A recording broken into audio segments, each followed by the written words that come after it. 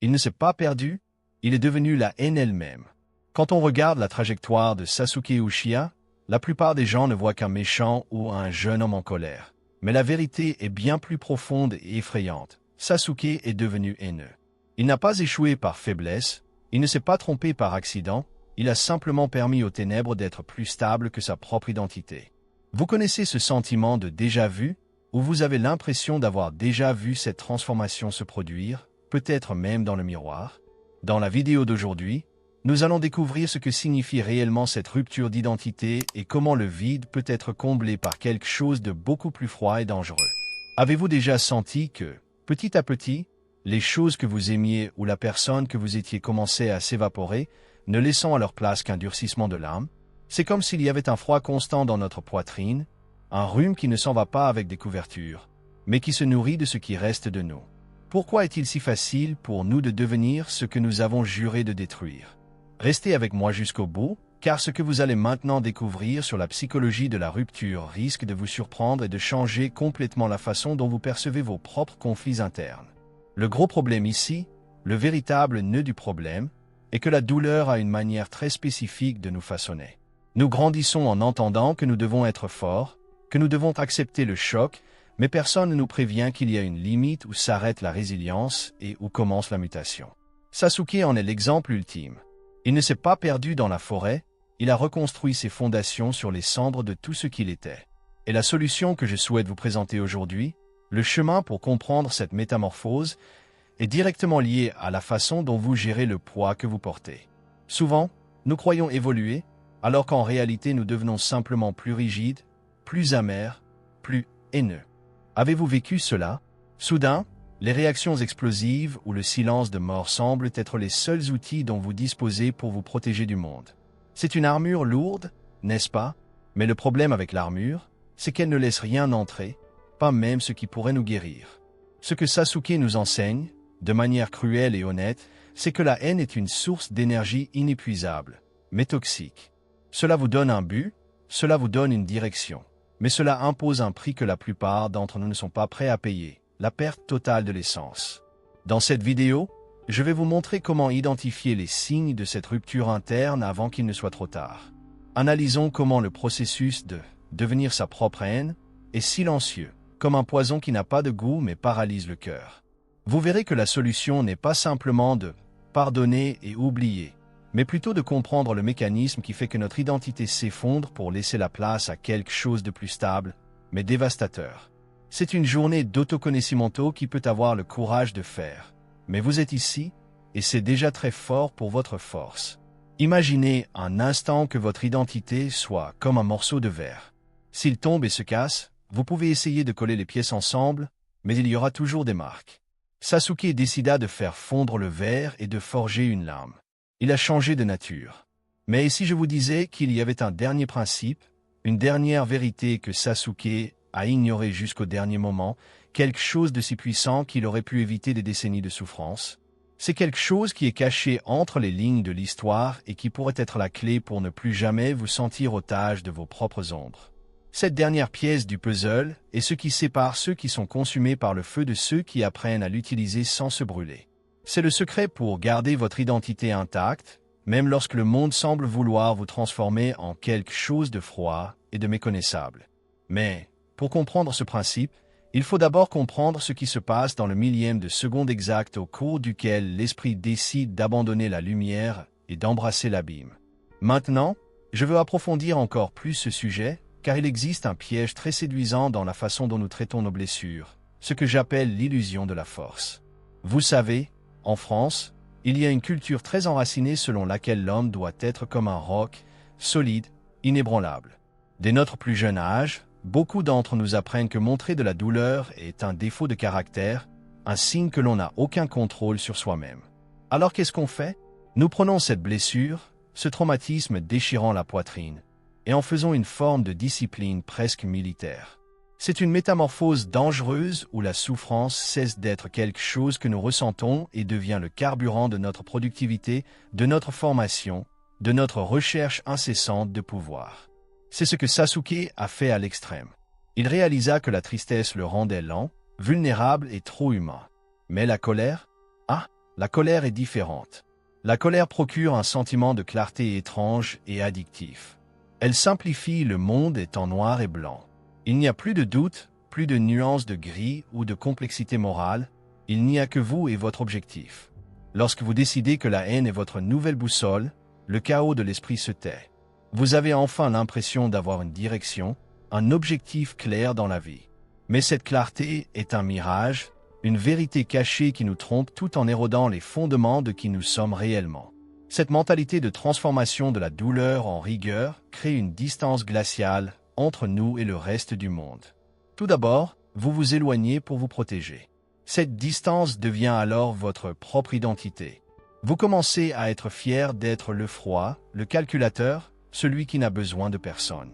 C'est une décision que nous prenons en coulisses, dans notre conscience, sans préavis. L'impact de cela dans la vie réelle est dévastateur, car vous arrêtez de vous connecter avec les gens et commencez simplement à les observer de loin, comme s'ils étaient les personnages d'un livre que vous avez déjà lu. Sasuke Inchaes Bekom un Masterad 10 distance. Il n'est pas isolé physiquement, il est isolé émotionnellement de tout ce qui pourrait amollir sa nouvelle carapace. Et ce qui est le plus inquiétant, c'est que dans notre société moderne, cette froideur est souvent applaudie. Nous appelons cela la concentration, la résilience, la mentalité de requin. Mais si l'on regarde bien, au-delà des apparences, ce que l'on voit, c'est une personne qui meurt intérieurement pour qu'une version plus efficace et sans âme puisse survivre. Est-ce un échange équitable? Sacrifier la capacité de ressentir de la joie pour ne plus jamais avoir à ressentir de douleur? La micro-révélation que je veux que vous compreniez aujourd'hui, c'est que ce n'est pas la haine qui nous détruit en premier. Ce qui nous termine vraiment, c'est le moment où nous commençons à nous reconnaître en lui. C'est lorsque vous regardez vos attitudes les plus cruelles, votre mépris envers les autres ou votre indifférence et que vous pensez « Oui, c'est moi. C'est comme ça que je suis maintenant. » Cette reconnaissance est le point de non-retour. C'est à ce moment que le masque fusionne avec le visage. C'est une transformation qui se produit dans le silence de vos pensées, dans les décisions que vous prenez lorsque personne ne vous regarde. Lorsque vous acceptez que votre douleur est votre seule vérité, vous en devenez l'esclave, même si vous pensez être le propriétaire de la situation. Si vous vous reconnaissez dans ce processus silencieux, rester ici peut être un moyen d'éviter que cette transformation ne se produise inconsciemment. Un simple geste permet à ce type d'analyse d'exister pour ceux qui vivent cette tension intérieure sans jamais l'exprimer par des mots. Il s'agit de faire en sorte que cette lumière ne s'éteigne pas et que nous puissions continuer à explorer ensemble ces abîmes, en renforçant notre recherche du réel et de l'humain. La chose la plus fascinante à propos de cette force apportée par la haine est la manière dont elle se déguise en évolution. Nous croyons que nous progressons, que nous devenons des versions supérieures de nous-mêmes parce que nous arrêtons de pleurer sur le lait renversé. Mais la vérité est que nous ne faisons que nous déshumaniser. En français, on dirait que nous perdons notre humanité en échange de fonctionnalités mécaniques. Imaginez une machine parfaitement calibrée pour détruire. Elle est efficace, elle est forte, elle atteint l'objectif. Mais elle ne pourra jamais profiter du coucher de soleil ni ressentir la chaleur d'un véritable câlin. Sasuke était cette machine. Il était la fierté du clan Uchiwa en termes de pouvoir, mais il était un fantôme en termes d'existence. Il est devenu un mythe, une légende de la peur. Mais à quel prix? Les révélations qui émergent lorsque nous analysons son arc nous montrent que la force sans but humain n'est qu'une lente forme de suicide de l'âme. Avez-vous déjà ressenti cette tentation? L'envie de simplement éteindre vos émotions afin de faire face aux pressions du travail, des relations ou des déceptions de la vie.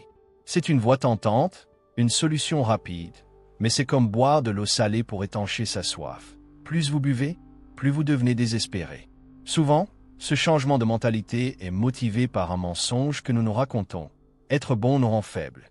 Nous considérons le monde comme un endroit hostile où seuls les prédateurs survivent. Nous avons donc décidé de changer de nature. Mais la vraie force, celle qui a un véritable impact positif sur le monde, ne vient pas du fait de nier la douleur, mais de son intégration.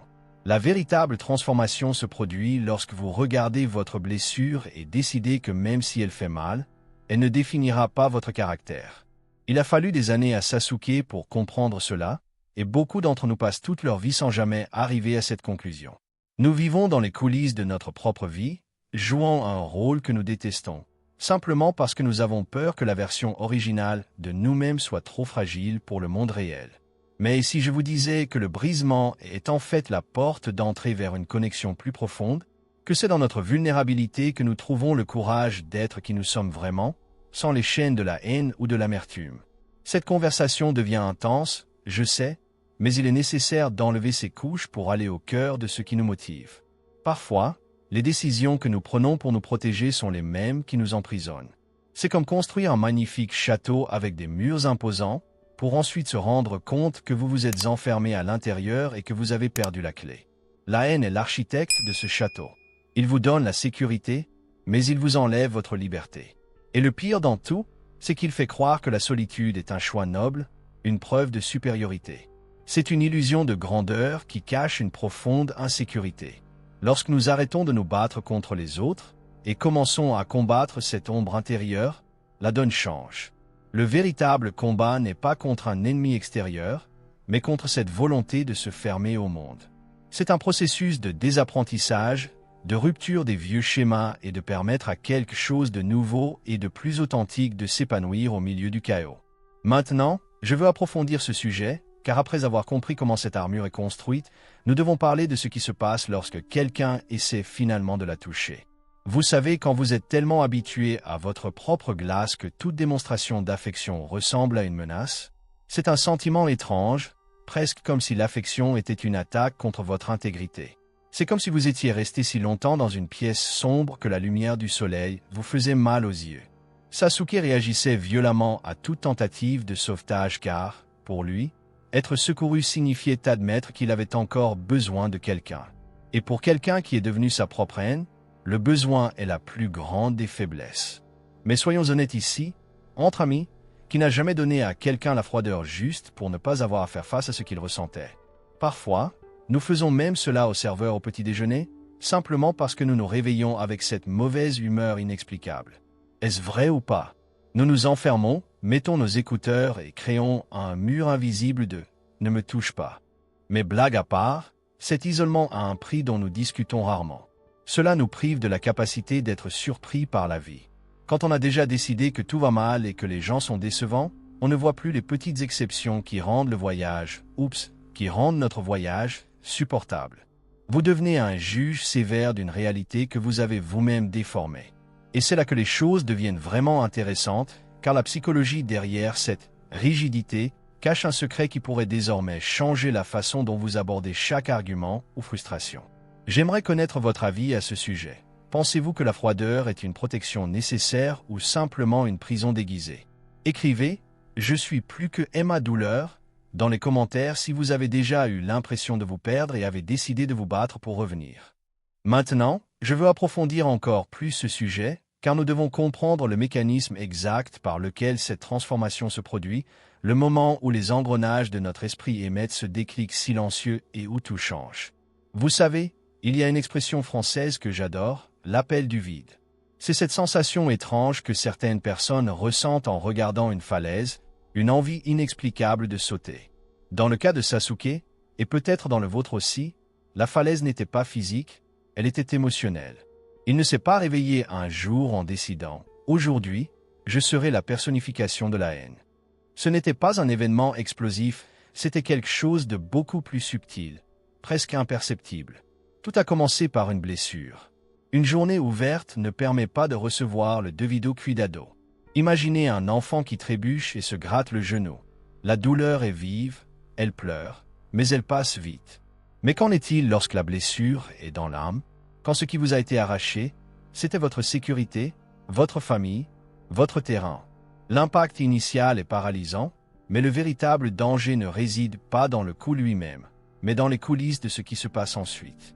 Sasuke commença à penser à sa blessure. Il en a fait un objet d'étude constante.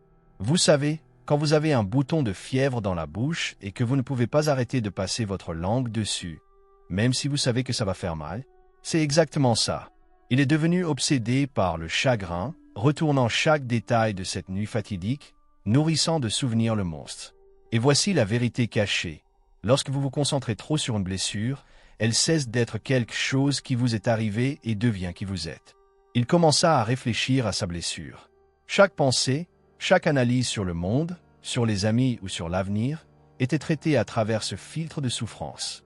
Si quelqu'un lui souriait, il n'y voyait aucune gentillesse, il a vu une faiblesse qu'il ne pouvait plus se permettre d'avoir. Si quelqu'un proposait de l'aide, il ne voyait pas de soutien, il y voyait une distraction de son objectif. Avez-vous remarqué à quel point la mentalité commence à se déformer? C'est comme mettre des lunettes à verre rouge et se plaindre que le monde entier est en feu. À partir de là, l'étape suivante est encore plus drastique. Il a commencé à se décider par la blessure. Aimant, croyez que chaque choix que vous faites dans la vie, de ce que vous mangerez à qui vous aimerez, est filtré par un traumatisme. Je ne vais pas à cette fête parce que les gens heureux me rappellent ce que j'ai perdu. Je ne vais pas me consacrer à cette amitié car, à la fin, tout le monde part ou meurt.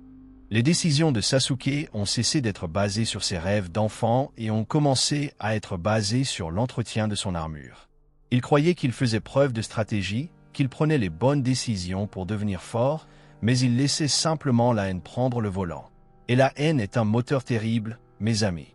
Il court à grande vitesse, ne respecte pas les feux rouges et ne se soucie pas si la voiture se retourne tant qu'il atteint sa destination. L'impact de ses choix est comme une boule de neige dévalant une montagne dans les Alpes.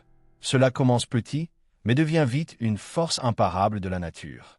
Finalement, nous atteignons l'étape finale, la plus sombre de toutes, exister grâce à une blessure. À ce stade, l'identité originale de Sasuke, ce garçon qui voulait devenir policier et admirait son frère, était complètement enterrée. Il n'était plus Sasuke, il était le réceptacle de la vengeance.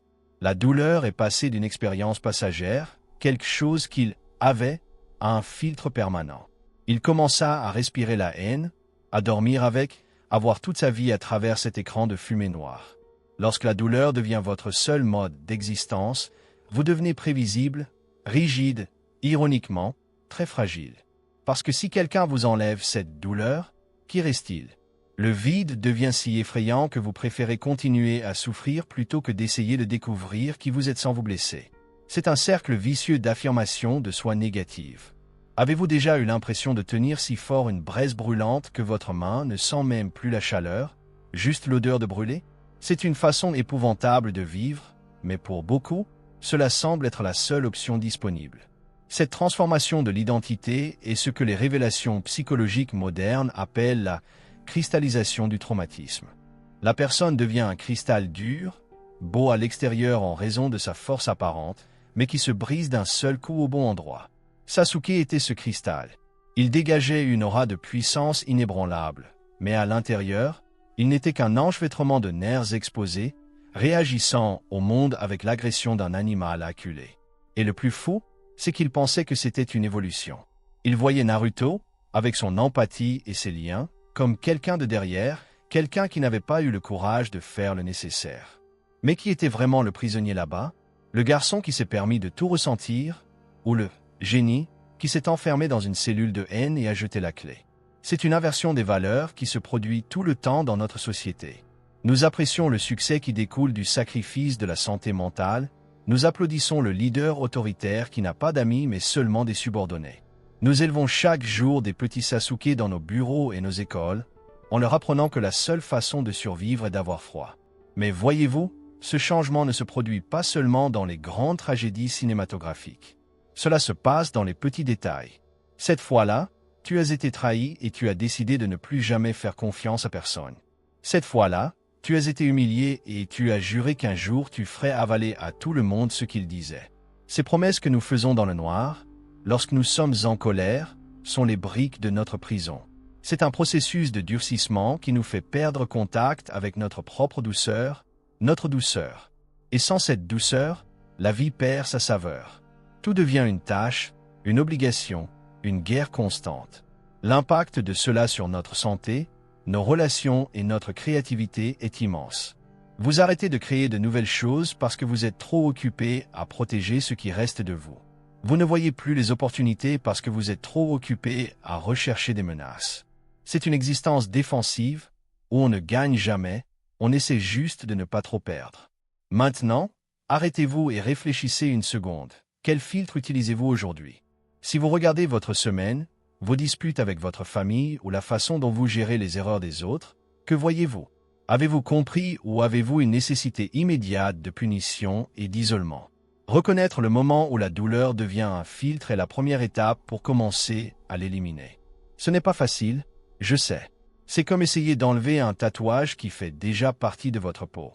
Mais c'est possible. Il a fallu que Sasuke atteigne sa limite absolue, perdant un bras et presque la vie, pour comprendre que son filtre lui mentait tout le temps.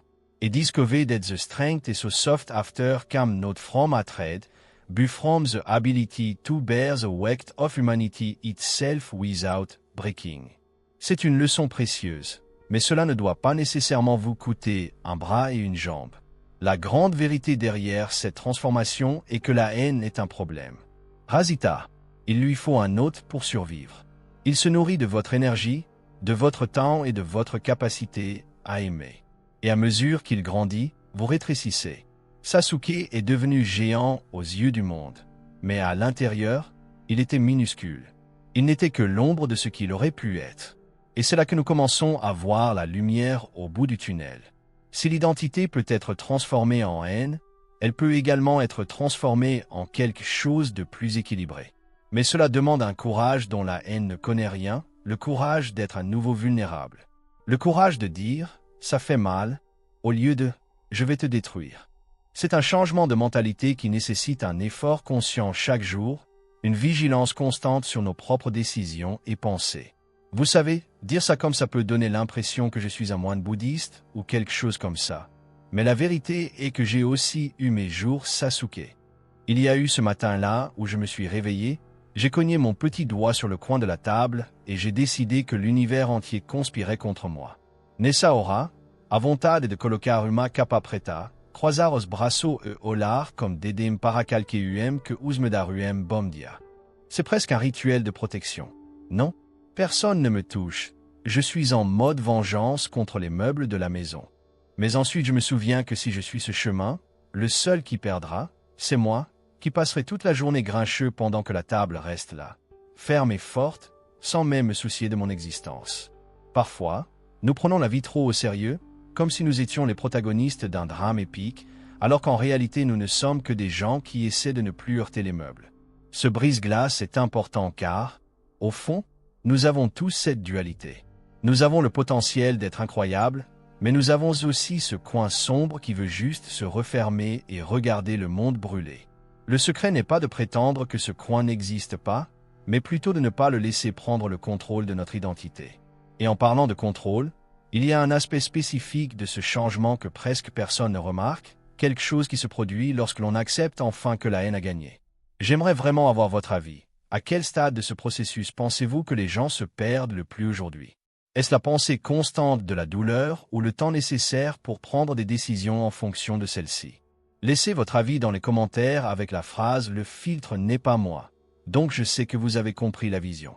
Je souhaite maintenant approfondir ce sujet, car nous devons prendre conscience du prix invisible que nous payons lorsque nous choisissons cette rigidité. Il existe une expression en France, « coûte que coûte », qui signifie « quoi qu'il en coûte ». Sasuke décida que sa vengeance et son nouveau moi réussiraient, quel qu'en soit le prix. Le problème est que, lorsque nous faisons ce choix, nous calculons rarement la valeur réelle des intérêts que la vie facturera plus tard. Le problème central ici n'est pas la haine elle-même, mais l'illusion de cohérence qu'elle nous donne. Pensez-y, le monde est un endroit confus, plein d'incertitudes, de nuances et de doutes. Il est difficile d'être humain parce que l'humanité exige que nous traitions avec des « et peut-être ». Mais la haine élimine tous les doutes. Cela efface les nuances. Cela simplifie tout. Si vous détestez ça, vous savez exactement où aller, qui attaquer et pourquoi vous réveiller le matin. C'est une clarté artificielle, mais extrêmement addictive. C'est comme si vous étiez dans une mer agitée et que vous trouviez soudainement une bouée de sauvetage faite d'épines. Vous vous y accrochez parce qu'il vous maintient à flot, mais cela vous fait mal à chaque seconde. Cette illusion de cohérence est ce que beaucoup d'hommes, même dans les coulisses, au plus profond de leur esprit, appellent à tort la force. Ils regardent Sasuke et voient un guerrier inébranlable, quelqu'un qui ne se laisse pas ébranler par des sentiments idiots. Mais la vérité cachée est qu'un homme devient sans aucun doute rigide. Et tout ce qui est excessivement rigide, dans la physique et dans la vie, ne se plie pas, il se brise. Lorsque vous éliminez vos vulnérabilités pour vous protéger, vous éliminez également votre capacité à vous développer. La transformation de Sasuke était en réalité une stagnation déguisée en progrès. Il s'est arrêté à temps, à ce moment précis de douleur, et a construit une identité défensive si lourde qu'il ne pouvait plus marcher que vers la destruction. C'est l'impact silencieux d'un état d'esprit qui confond isolement et indépendance. Avez-vous déjà remarqué à quel point il est réconfortant d'avoir un ennemi ou quelqu'un à blâmer pour tous vos problèmes? Cela enlève la responsabilité de regarder à l'intérieur. Sasuke a utilisé la haine comme bouclier pour éviter d'avoir à affronter le vide laissé par la perte. Il s'agira d'un moment où l'on se sentira sain et sauf et solidaire. La haine servait d'anesthésie. Et c'est là que beaucoup d'entre nous se connectent à lui, sans même s'en rendre compte. Combien de décisions avez-vous prises dans votre vie juste pour prouver quelque chose à quelqu'un qui vous a blessé?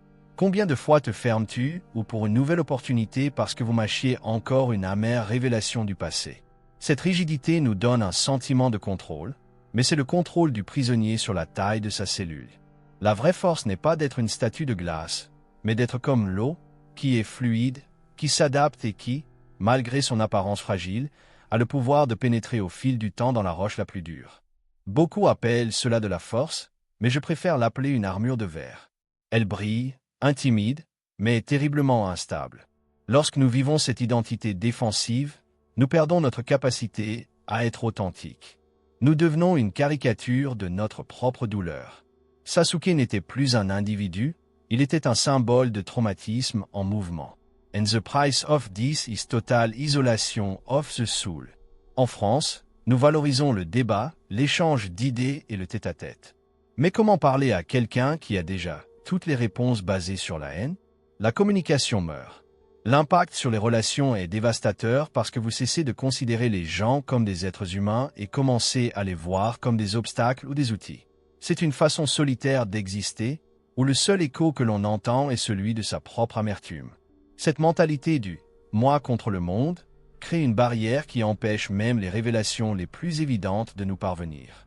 Sasuke a eu des révélations importantes sur son frère, Itachi, mais il était tellement pris dans sa rigidité qu'il a simplement changé la cible de sa haine au lieu d'en changer la nature. Il n'a pas retenu la leçon, il vient de changer le nom du méchant dans son script interne. Cela se produit parce que la haine nécessite un objet. Sem algo para odiar, a identidad defensiva desmorona. Par conséquent, ceux qui vivent ainsi sont toujours à la recherche d'une nouvelle raison d'être en colère, d'une nouvelle injustice à combattre, d'une nouvelle raison de se sentir victime héroïque de leur propre histoire. C'est un cycle épuisant qui consomme toute notre énergie créatrice et vitale. Imaginez le potentiel gaspillé. Sasuke était l'un des ninjas les plus talentueux de sa génération. Mais il a passé des années à se concentrer uniquement sur la destruction, jamais sur la construction. L'impact de ce choix n'a pas été seulement sur lui, mais sur tout son entourage. Et c'est là que notre conversation devient sérieuse. Votre haine, votre rigidité, votre refus d'être vulnérable affectent aussi les personnes que vous aimez. Cela crée un champ de force de négativité qui éloigne ceux qui veulent vous aider. Parfois, nous nous targuons d'être difficiles à gérer, comme s'il s'agissait d'un insigne d'honneur, mais en réalité, c'est simplement le signe que notre identité est étouffée par une protection dont nous n'avons plus besoin. Compte tenu de cette idée, certains diront que la haine est nécessaire pour avancer, mais votre point de vue ajoute une dimension unique. Partagez votre expérience sur la façon dont cette rigidité silencieuse a affecté vos décisions, en révélant ce que vous en avez appris. Il est essentiel d'entendre ce que vous pensez, car cet échange d'expériences est ce qui évite que le message ne devienne une simple théorie lointaine et le transforme en un véritable outil de changement pour nous tous qui cherchons à ne pas devenir ce qui nous blesse. Speaking of which, this armor thing remain me allo off when I try to assemble new furniture at home. Je commence en toute confiance, pensant que je suis le maître des outils, mais dès la première pièce qui ne rentre pas, je sens déjà le Sasuke intérieur vouloir prendre le contrôle. Cela donne envie de regarder le manuel d'instruction avec ce regard méprisant et de dire « Tu ne connais pas ma souffrance, bibliothèque ». Au final, je me rends compte que la rigidité de ne pas vouloir lire le manuel ne fait que me faire perdre plus de temps et me retrouver avec un meublement. La vie est un peu comme ça, non? Nous voulons tout assembler à notre manière, en utilisant la force brute, et oublier que la flexibilité d'admettre que nous ne savons pas tout est ce qui fait vraiment que les pièces s'emboîtent. Mais maintenant je souhaite approfondir encore plus ce sujet, car il y a un phénomène qui se produit lorsque cette rigidité atteint son paroxysme. Il arrive un moment où une personne non seulement se protège, mais commence activement à rechercher sa propre chute, comme s'il existait un besoin inconscient de punir le monde par sa propre souffrance. C'est ce qui arrive lorsque l'identité défensive cesse d'être un bouclier et devient une arme dirigée contre sa propre poitrine. Selon vous, qu'est-ce qui est plus difficile à abandonner? La clarté qu'apporte la haine ou la protection qu'offre la froideur? Écrivez dans les commentaires « Et ma force est réelle » pour montrer que vous préférez la vérité à l'illusion de la rigidité. Maintenant, je souhaite approfondir encore ce sujet, car nous avons atteint le point central de toute cette transformation. La déconstruction de cette armure qui semblait indestructible. Vous savez, en France, on utilise beaucoup l'expression « le revers de la médaille », le revers de la médaille. Sasuke a passé des années à croire qu'il évoluait, mais ce qui se passait dans les coulisses de son âme était une dangereuse solidification. Imaginez une rivière qui, parce qu'elle est si froide, commence à geler. Au début, la glace, elle devient forte, on peut même marcher dessus, mais la rivière perd son essence, elle cesse de couler, elle cesse de donner vie à ce qui l'entoure. Sasuke ne s'est pas perdu dans un labyrinthe, il est devenu trop rigide face à sa propre douleur. Et l'impact est différent, à chaque nouvelle chambre de gel, quelque chose de profondément humain dans le même congélateur. Le rire, l'empathie, la capacité d'être surpris par la luminosité d'un nouveau jour. Tout cela était enfermé sous une surface dure et impénétrable. Nous examinons souvent nos décisions et pensons que nous sommes pragmatiques ou réalistes. Mais la vérité cachée est que nous laissons simplement la peur dicter le rythme de notre état d'esprit. Lorsque vous décidez que vous ne vous en souciez plus, vous ne devenez pas plus fort. Vous réduisez simplement la taille de votre monde afin qu'il rentre dans votre zone de sécurité. Sasuke pensait que le monde était petit et cruel, mais c'était sa vision qui s'était rétrécie. C'est comme regarder l'horizon à travers le trou d'une serrure et se plaindre de l'étroitesse de l'univers. Déconstruire cet état demande quelque chose de bien plus difficile que la haine. Il faut le courage de fondre. Et fondre, ça fait mal, mes amis.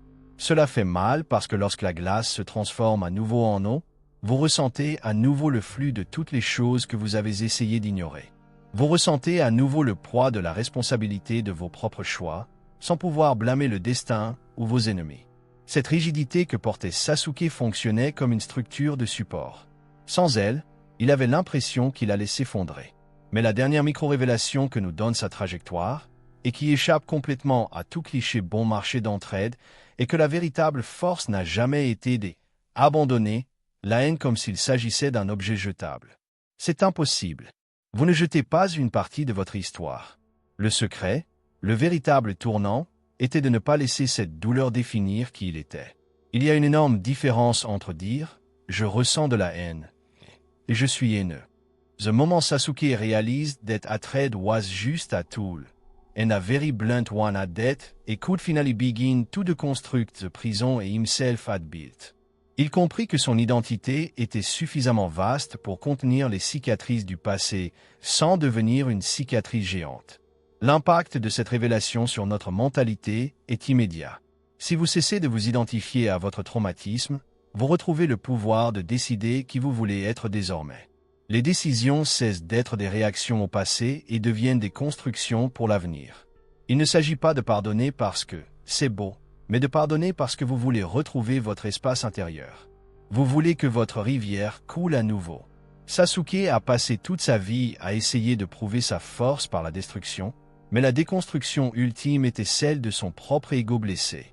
C'est une leçon en coulisses sur la façon dont la véritable maîtrise émotionnelle ne réside pas dans l'absence d'ombre, mais dans la capacité de les traverser, sans les laisser obscurcir votre propre lumière. C'est comprendre que la douleur est un invité et non le propriétaire de la maison. Considérez-le comme le processus de restauration d'une vieille œuvre d'art recouverte de couches de suie. La suie protégée peut être le tableau du soleil, mais personne ne pouvait voir les couleurs d'origine. Pour restaurer, vous devez retirer cette couche sombre avec précaution, millimètre par millimètre. C'est un travail de patience. Il faut regarder chaque blessure et dire « Je te vois, mais tu ne t'occupes pas de moi ». Sasuke devait regarder le visage de son meilleur ami et y voir le reflet de tout ce qu'il avait essayé de figer. Et c'est dans cette mise en miroir que la déconstruction atteint son apogée. Quand on se rend compte que la personne que l'on attaque est souvent la version de soi qui nous manque le plus. C'est drôle comme nous nous accrochons à nos vérités les plus sombres simplement parce qu'elles nous donnent un sentiment de sécurité. C'est le fameux confortable n'a malheur, à l'aise dans le malheur. On s'habitue au poids de l'armure, et quand quelqu'un nous propose de l'enlever, on se sent nu, vulnérable. Mais c'est dans cette vulnérabilité que la magie opère. C'est là que de nouvelles connexions émergent, que la créativité renaît et que l'impact que nous laissons sur le monde devient une source d'inspiration et non de peur. Il a fallu à Sasuke toute une vie de combat pour comprendre que la rigidité était sa plus grande faiblesse. Nous avons la chance d'apprendre cela simplement en observant et en réfléchissant. La véritable transformation n'est pas externe. C'est un changement subtil dans la façon dont vous interprétez les silences dans votre propre esprit. Aujourd'hui, je vais être honnête, c'est une conversation de destruction et cela me fait penser au moment où j'ai l'intention d'être chic et de venir un souffler dans un restaurant français de vérité. Vous regardez cette structure parfaite, haute, imposante, et vous avez peur de toucher la cuillère et tout s'effondre. Nous passons notre vie à essayer d'être le soufflé parfait, en conservant l'apparence d'être tout est sous contrôle et gonflé. Mais la vérité est que le meilleur du sucré, c'est précisément lorsque nous cassons cette croûte et arrivons à la garniture chaude et moelleuse à l'intérieur. Si nous restons dans une coque rigide, nous passons à côté du meilleur de l'expérience. Parfois, nous avons besoin d'une cuillère de vie pour nous rappeler que ce qui compte, c'est ce qui coule à l'intérieur et non la hauteur de notre pose. Mais cette déconstruction dont nous parlons n'est pas la fin de tout. En fait, ce n'est que la préparation de quelque chose de beaucoup plus intrigant qui se produit peu de temps après que la poussière soit retombée. Il y a un phénomène qui se produit lorsque nous acceptons enfin nos ombres sans être dominés par elles, quelque chose qui change complètement notre perception du but. Je veux avoir de vos nouvelles. Selon vous, quelle partie de votre armure est la plus difficile à commencer à fondre aujourd'hui? Écrivez dans les commentaires « Je choisis DE Flux » et partagez un petit moment où vous avez réalisé qu'être rigide ne faisait que vous faire encore plus mal. Maintenant, je veux approfondir encore plus ce sujet, car nous avons atteint le territoire où les masques tombent et où la vérité cachée est révélée de manière nue et brute, sans aucun problème moral. Oubliez une seconde ce qui est bien ou mal, ce qui est bien ou mal. Regardons les choses comme un ingénieur regarde une machine ou comme un contremaître en France regarde la structure d'un vieux bâtiment. Lorsque nous supprimons le jugement de la trajectoire de Sasuke et de nos propres vies, ce qui reste, ce sont des mécanismes de survie.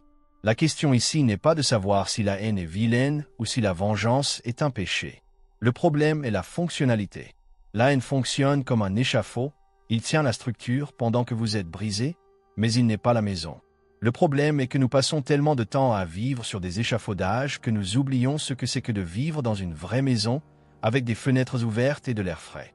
Nous sommes souvent pris dans cette mentalité de conflit parce qu'elle nous donne un sentiment d'importance. Je souffre, donc je suis. Et si nous supprimions ce poids, peut-être que la vraie question qui change la donne n'est pas « suis-je en colère ?» C'est facile à répondre, la colère est toujours là, à notre portée, comme un réflexe prêt à nous protéger. La question qui coupe vraiment comme une lame, celle que Sasuke a évitée pendant la majeure partie de sa vie, est bien plus effrayante. Qui suis-je quand je ne suis pas en colère? C'est là que le silence devient assourdissant. Pour beaucoup d'entre nous, cette question provoque un vide immédiat, un frisson de mal-être. Si je ne suis pas celui qui lutte contre le système, si je ne suis pas celui qui a été lésé, si je ne suis pas celui qui porte le poids du monde sur mes épaules, qui reste-t-il? C'est la grande transformation à laquelle peu de gens ont le courage d'affronter. Il est facile d'être quelqu'un quand on a un ennemi évident. L'impact d'avoir un objectif donne automatiquement un but à chacune de vos décisions. Mais exister sans ce filtre nécessite un tout nouvel état d'esprit d'exploration. C'est comme si vous aviez passé toute votre vie en noir et blanc et que, tout à coup, quelqu'un vous tend une palette avec toutes les couleurs du monde. C'est effrayant. La couleur exige du choix. La haine est monochromatique, elle est simple, elle ne vous demande pas d'être créatif ou gentil. Il vous demande juste d'être dur. Et si cette question vous dérange, si l'idée de ne pas avoir votre colère comme bouclier vous rend anxieux, cela vaut peut-être la peine de l'explorer avec une curiosité presque enfantine. Après tout, qu'y a-t-il derrière ce mur que vous avez construit avec tant d'efforts? Pensez aux coulisses de cette construction.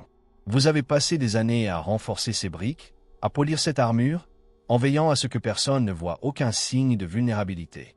Mais la révélation que je veux vous apporter est que la vulnérabilité n'est pas l'opposé de la force, c'est la fondation de la liberté. Sasuke n'est devenu vraiment puissant que lorsqu'il a accepté qu'il n'avait plus besoin d'être le haineux. Il a accepté qu'il ne pouvait être qu'un seul homme, imparfait, avec un lourd passé, mais avec la capacité de regarder vers l'avenir sans que ses mains soient tachées par le désir de destruction. L'impact de ce changement de perspective est ce qui différencie les personnages qui meurent piégés dans leur cycle de ceux qui parviennent réellement à évoluer et à laisser un véritable héritage. Et le plus intéressant, c'est que cela se produit dans le monde réel, chaque jour, avec des gens ordinaires qui décident que leur douleur ne sera plus leur identité.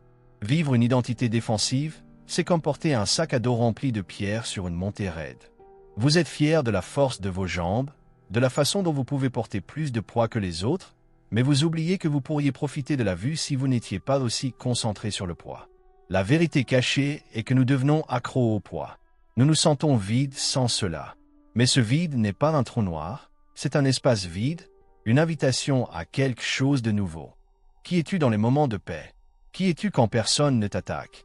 Si ta réponse dépend de la confiance de quelqu'un en toi avérie, alors vous vivez toujours selon les conditions de quelqu'un d'autre. Vous êtes toujours, d'une certaine manière, prisonnier de l'impact que quelqu'un d'autre a eu sur vous. Cette recherche de qui nous sommes au-delà du traumatisme est la plus grande aventure technique qu'un être humain puisse entreprendre. Cela nous oblige à examiner nos décisions quotidiennes et à nous demander « Est-ce que je fais cela parce que je le veux ou parce que j'essaie de prouver que je ne suis pas faible ?» Sasuke a passé des années à faire des choses justes pour prouver qu'il était supérieur, qu'il avait froid, qu'il était inébranlable. En fin de compte, il a découvert que la véritable supériorité résidait dans la capacité de rentrer chez lui et de s'excuser. La capacité de reconnaître que les liens humains valent plus que l'isolement arrogant. Et si cela paraît trop simple, c'est parce que la vérité est souvent simple. Nous sommes ceux qui aiment compliquer les choses pour qu'elles paraissent plus épiques et dramatiques qu'elles ne devraient l'être. En France, il existe un concept appelé l'art de vivre. Il ne s'agit pas de ce que vous avez ou de ce que vous faites, mais de la façon dont vous vivez votre propre temps. Sasuke n'avait pas cet article. Il n'avait que l'art de la guerre. Et une vie qui n'est que guerre est une vie gâchée, même si vous gagnez chaque bataille. La véritable transformation se produit lorsque vous échangez le champ de bataille contre le jardin de votre propre âme. Quand on décide que cultiver quelque chose de beau est bien plus difficile, et donc bien plus honorable, que détruire quelque chose de laid. C'est un changement de mentalité qui affecte tout, de la façon dont vous parlez au miroir jusqu'à la façon dont vous faites face aux défis professionnels et personnels. Avez-vous déjà pensé que votre colère n'est peut-être qu'un enfant effrayé qui crie à l'attention en vous? Si nous traitons cette colère avec la discipline d'un soldat, cela fera de nous un soldat plus fort et plus dangereux. Mais si nous le traitons avec la curiosité de quelqu'un qui veut comprendre l'origine du cri, nous commençons à désamorcer la bombe. Il s'agit d'un processus silencieux, en coulisses, que personne n'applaudira au début, mais qui changera l'impact que vous avez sur le monde à long terme. Vous cesserez d'être la personne qui réagit pour devenir la personne qui agit. Cela cessera d'être la conséquence de ce qui vous a été fait et deviendra la cause de ce que vous souhaitez construire. Cela me rappelle beaucoup lorsque nous essayons d'apprendre une nouvelle langue, comme le français. Au début, nous restons bloqués, craignant de nous tromper de prononciation, craignant de paraître stupides, faibles, devant les autres. Nous nous enfermons, ne disons rien et faisons comme si tout allait bien en étant le mystérieux étranger dans un coin de la pièce. C'est une forme de rigidité, non? Nous préférons un silence sur la vulnérabilité d'une mauvaise prononciation. Mais le moment où nous lâchons enfin prise, acceptons l'erreur et commençons à communiquer, c'est le moment où le plaisir commence. La vie est ce nouveau langage. Si nous restons sur la défensive, nous ne lui parlerons jamais vraiment. Nous allons simplement écouter, avec cet air sur nos visages, comme si nous comprenions tout, mais sommes terrifiés à l'idée qu'on nous pose des questions. Il est beaucoup plus facile d'accepter que nous apprenons, que nous allons trébucher dans une bouche d'égout de temps en temps, mais que cela ne diminue en rien notre intelligence ni notre valeur. Mais cette exploration de qui nous sommes sans notre armure n'est pas un chemin simple. Il a ses courbes, ses moments de rechute et surtout ses grosses surprises. Il y a un moment précis où nous arrêtons de regarder en arrière et commençons à voir quelque chose qui était là depuis le début, mais cette haine ne nous permet pas de voir. C'est quelque chose qui change la façon dont nous interprétons même nos pires jours, en transformant le poids en quelque chose de beaucoup plus léger et puissant. J'adorerais lire votre témoignage honnête. Si vous retiriez votre colère de compagnie aujourd'hui, que resterait-il à l'intérieur? Écrivez dans les commentaires « C'est eux qui restent en moi » et partagez une question ou une découverte qui vous est venue à l'esprit en réfléchissant à cette question. Vous savez, arriver jusqu'ici, à ce stade de notre conversation, montre déjà que vous n'êtes pas quelqu'un qui se contente de l'évidence. Beaucoup de gens se seraient arrêtés au premier obstacle, mais vous avez choisi de regarder derrière l'armure. Ce type de réflexion est ce qui nous maintient réellement humains dans un monde qui semble parfois vouloir nous figer. Si cette analyse a apporté un peu plus de clarté à votre journée ou vous a aidé à voir vos propres décisions sous un nouveau jour, sachez que c'est pour cela que cet espace existe. Vous avoir ici, faire partie de cette communauté qui recherche la profondeur plutôt que simplement la surface, c'est ce qui donne un sens à chaque scénario et à chaque révélation que nous partageons. Si vous avez l'impression que ce message change la donne, pensez à nous rejoindre officiellement afin que nous puissions continuer à explorer ensemble ces esprits et ces cultures en coulisses. C'est un geste simple qui renforce grandement notre cercle. Et si ce chat a généré cette véritable connexion, laissez un like, car cela me montre que nous sommes sur la bonne voie et que ce contenu a vraiment eu un impact pour vous. J'aimerais savoir qui sont les plus forts qui ont plongé en profondeur avec moi aujourd'hui. Alors écrivez ci-dessous dans les commentaires. La glace fond. Je saurai exactement que vous avez compris le message et que vous êtes prêts pour la suite. La vérité est que cette transformation identitaire est un vaste sujet, et ce dont nous parlons aujourd'hui n'est que la pointe de l'iceberg. Il y a une autre facette de cette histoire, centrée sur la façon de reconstruire les fondations après la disparition de la rigidité, qu'il faut connaître pour clôturer ce cycle de compréhension. Il y a une vidéo qui apparaît ici qui complète parfaitement tout ce dont nous avons discuté maintenant. Cliquez dessus et restez avec moi, car la conversation ne fait que commencer. On se voit dans une seconde.